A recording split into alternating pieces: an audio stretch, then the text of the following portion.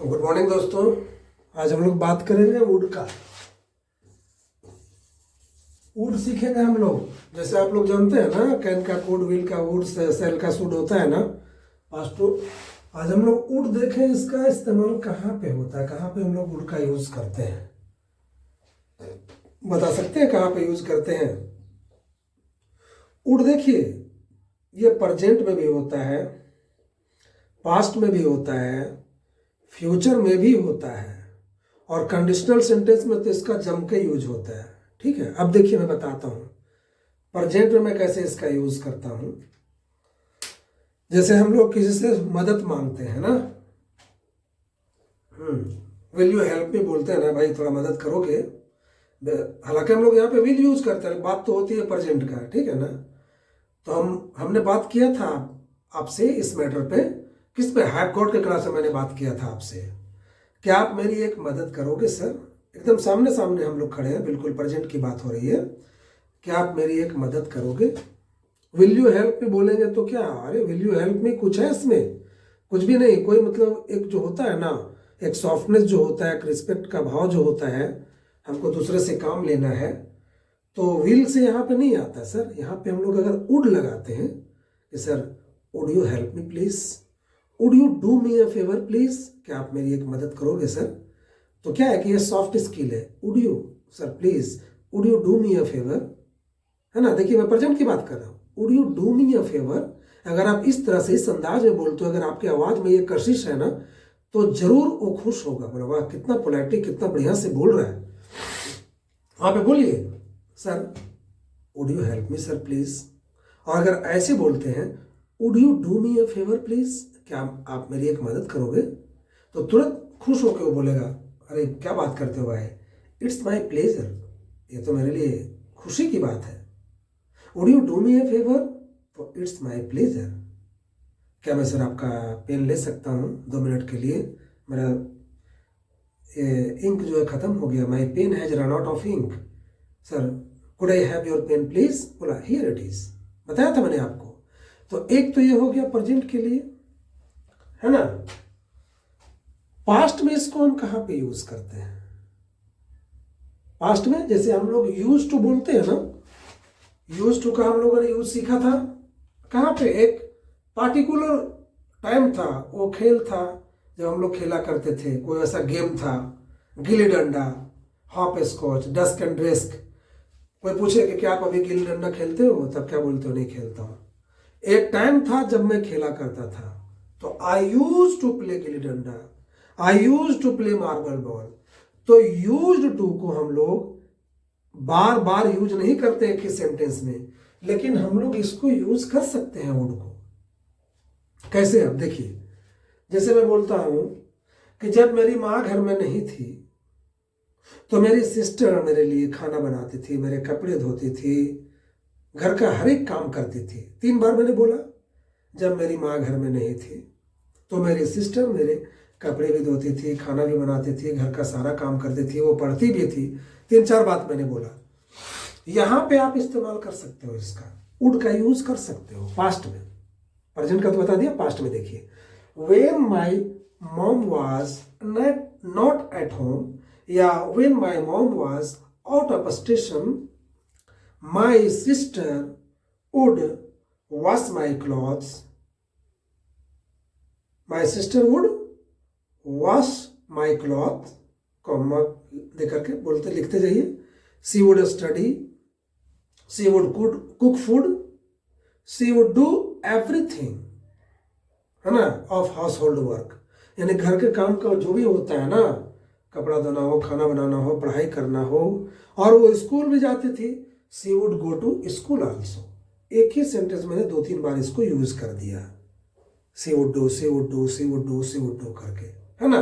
तो पास्ट में इस तरह से इसका इस्तेमाल होता है। फ्यूचर में अगर हम लोग बोले तो कैसे बोलेंगे, आप मेरे घर आओगे सर, सर पार्टी है sir, you are invited, cordially invited sir at my home, I am going to celebrate my birthday party. तो वहाँ क्या बोलोगे, आई विल कम। बोलेगा हम इतना मैंने बोला एकदम पोलाइटली, बट सर बोले आई विल कम, लग रहा है कि पता नहीं आएंगे नहीं आएंगे। तो वहां पे क्या एक फीलिंग का फर्क होता है। अगर आप बोलोगे भाई अंदर से बोलना है, इनर वॉइस आपका आ रहा है, वहां पे आप बोलोगे यस आई वुड कम, मैं जरूर आऊंगा, आई वुड कम भाई। मतलब जिस तरह से वो आपसे परमिशन मांगा कि सर आओगे, तो आप उसी अंदाज में आप जवाब दे रहे हो, अंदर से बोल रहे हो, दिल से बोल रहे हो कि हाँ भाई I would come, sure I would attend your party, मैं आपका पार्टी को अटेंड करूंगा। तो देख लिया आपने वुड का यूज कहाँ कहाँ होता है।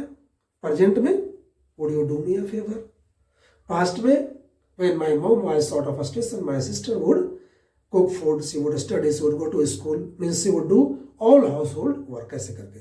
फ्यूचर में I would help you, sir will you help me sir, मेरी मदद करोगे sir in the examination, in the preparation for this competition, इस competition के preparation में आप मेरी मदद करोगे, definitely I would help you, you are my favorite student, नहीं I would help you, I would cooperate you, ऐसे करके। ठीक है, तो प्रेजेंट, पास्ट और फ्यूचर में आपने वुड को देखा।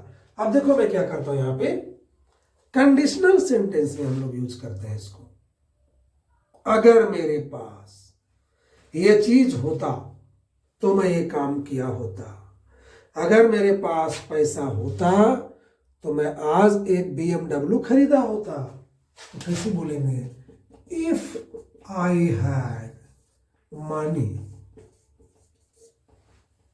अगर मेरे पास पैसा होता तो मैंने एक BMW कार खरीदा होता। If I had money I would have,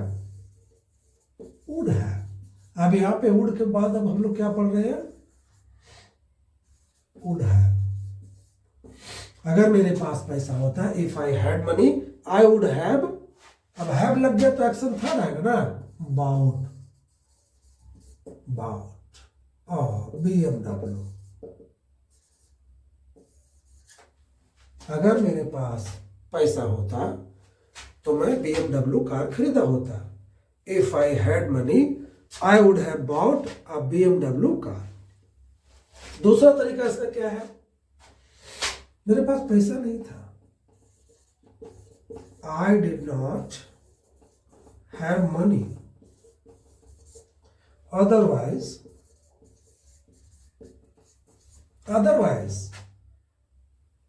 इसको यहां डू कर दीजिए, ये वाला उतार दीजिए पूरा। Otherwise I would have bought a BMW car. ठीक है ना। अगर तुमने पढ़ा होता तो पास किया होता। If you had studied you would have passed the examination. तुमने पढ़ा नहीं तो तुम पास हुआ होता। You did not study otherwise you would have passed the examination. इसका सेंटेंस बनाइए ना, 20-25 सेंटेंस खुद से बना के लाइए।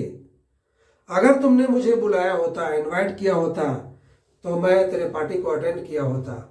If you had invited me, अगर तुमने मुझे इनवाइट किया होता, if you had called me I would have attended your party. तुमने मुझे बुलाया नहीं, you did not call me या you did not invite me, otherwise I would have attended your party. अगर उसने मुझे गाली दिया होता तो मैं उसे मारा होता। If he had abused me I would have beaten him. है कि नहीं। और भी कोई भी सेंटेंस को आप बना लीजिए ना। अगर तुमने मेरे सलाह को माना होता तब तो तुम्हें आज ये दर दर की ठोकर नहीं खानी पड़ती। If you had cared for my advice today you would not have to stumble from door to door. जितना भी सेंटेंस मिले, अगर मेरे पास किताब होता तो आज मैं सक्सेस पा लिया होता। If I had books I would have got success today. I did not have books otherwise I would have got success today. अगर मेरे पास पैसा होता तो मैं कोचिंग ज्वाइन किया होता। If I had money I would have joined any coaching. मेरे पास पैसा नहीं था, नहीं तो मैं कोचिंग ज्वाइन किया होता। I did not have money otherwise I would have joined any coaching centre. ठीक है। अगर मैं गांव गया होता तो मैं उससे मिला होता। If I had gone to village I would have met him. मैंने गांव नहीं गया, नहीं तो मैं उससे मिला होता। I did not go home otherwise I would have met him. ऐसे करके अब देखिए स्टोरी बनाइए, इसका सिचुएशन क्रिएट करिए एक, है ना, कि in what circumstances would have used, है ना, कहाँ पे यूज होता है इसका। अब देखिए यहाँ पे एक कहानी आप बना सकते हैं, छोटा सा स्टोरी मेकिंग क्लास है ये। जैसे हम लोग देखते हैं ना कभी कभी दो कहानी है, एक सुख भरी एक दुख भरी, कौन सुनोगे पहले? चलो दुख भरी सुनाते हैं, फिर सुख भरी सुनाएंगे, फिर खत्म करेंगे क्लास को। जैसे देखिए क्या होता है कि रोड में हम लोग देखते हैं ना, कभी कभी एक्सीडेंट हो जाता है, बच्चे खेलते रहते हैं ना, children keep on playing beside the road side the people play. तो गेंद खेलते हैं बच्चे, छोटा छोटा बॉल लेकर के, तो गेंद कभी रोड के किनारे चला जाता है, कभी उस पार चला जाता है, कभी रोड पे चला जाता है, और बच्चों को उतना सेंस नहीं होता है, और वो दौड़ जाते हैं बॉल के पीछे, पता नहीं चलता कि आगे पीछे गाड़ी आ रहा है। अचानक किसी ने दौड़ा, कोई बच्चा, और क्या हो गया, उसका एक्सीडेंट हो जाता है। सब लोग दौड़ते हैं, लाठी लठौल लेकर के, नहीं, पकड़ो पकड़ो पकड़ो, पकड़ते हैं ड्राइवर को। अब पूरा मार होता है, नहीं, मारने के बाद क्या बोलते हैं, अगर तुमने ब्रेक लगाया होता सही वक्त पे, if you had applied the brake at the right time. Apply तो धीरे धीरे करते हैं, उस कंडीशन में अगर कुछ सामने आए तो हम लोग सीधा सीधी ब्रेक पे एकदम चढ़ जाते हैं, तुरंत जाम कर देते हैं। If you had jammed on the brake at the right moment, तो तुमने बच्चे को बचा लिया होता, you would have saved the child. समझ में आई ना?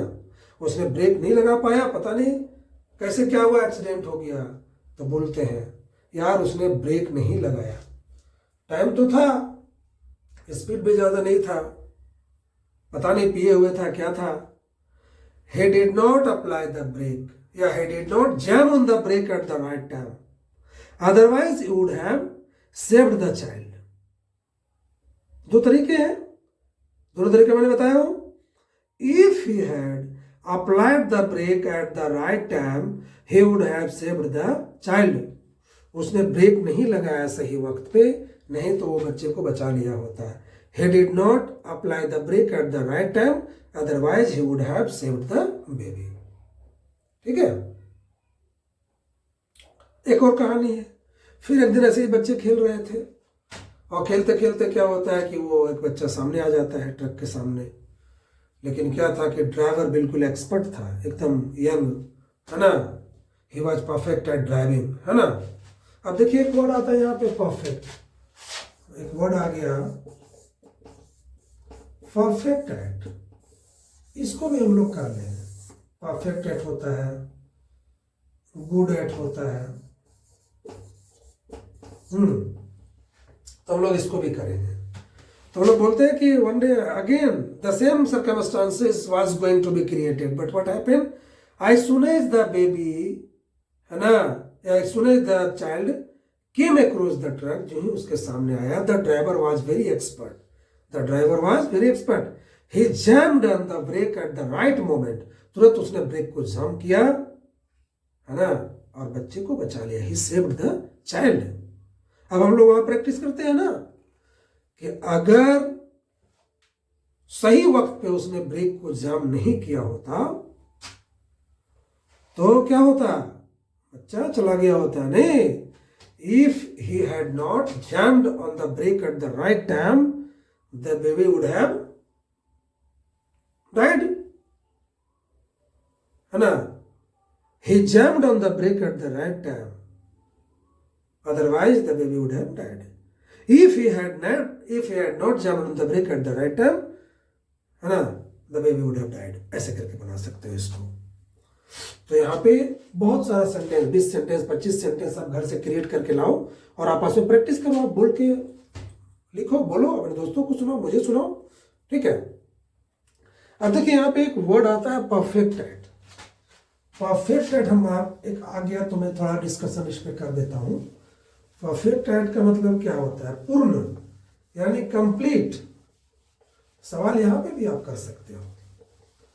हम लोग जाते हैं इंटरव्यू में, हमको इंग्लिश बोलने वाला का जरूरत है, एक काउंसलर बहाल करना है किसी इंस्टीट्यूशन को या किसी कंपनी को, तो खोजता है, रिसेप्शनिस्ट खोजता है ना। तो पूछता है कि आप परफेक्ट हो, या ड्राइवर का जरूरत होता है तो बोलता है कि आप परफेक्ट हो इसमें, आर यू परफेक्ट एट, क्या बोलेंगे, आर यू